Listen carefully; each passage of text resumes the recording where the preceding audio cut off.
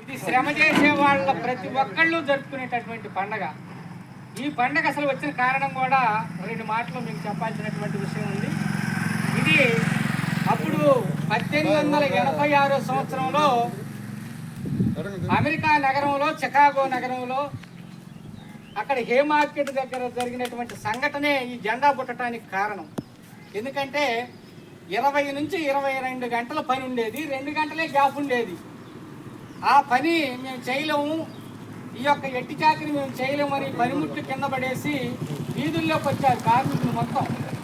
వస్తే పైశాచికంగా అక్కడున్న బూత్లో ప్రభుత్వం వాళ్ళ మీద కాల్పులు జరిపి వాళ్ళ ఆహాకారాలు వాళ్ళ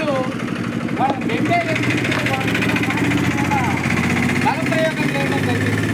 ఆ యొక్క తుపాకీ కాల్పుల్లో కొంతమంది కార్మికులు అక్కడ మరణించడం, ఆ కార్మికుల్లో నుంచి పుట్టిందే కోట్లాది శ్రమజీవుల ఆశాకిరణమైనటువంటి ఈ యొక్క ఎర్రజెండా. శ్రమ చేసే వాళ్ళు ప్రతి ఒక్కళ్ళు జరుపుకునేటటువంటి అంతర్జాతీయ పండుగ ఏదన్నా ఉందంటే ఈ యొక్క వేడే.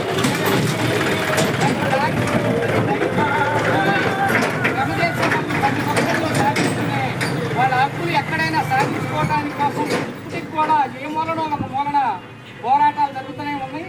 ఆ పోరాటాల ద్వారా వాళ్ళ హక్కులు సాధించుకుంటూనే ఉన్నారు.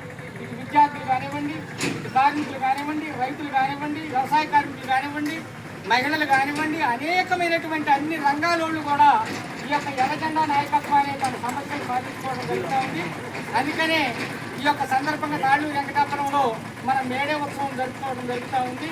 మీరందరూ కార్మికులు, తాపీ కార్మికులు, వ్యవసాయ కార్మికులు, అదేవిధంగా రైతులు, అదేవిధంగా అందరూ ఇక్కడ హాజరయ్యి ఈ యొక్క ఆవిష్కరణకు వచ్చేసినటువంటి మీ అందరికీ ధన్యవాదాలు తెలియజేస్తూ ఈ యొక్క జెండాని శాఖ కార్యదర్శి సోమవతి గారు ఇక్కడ జెండాని ఆవిష్కరిస్తారు.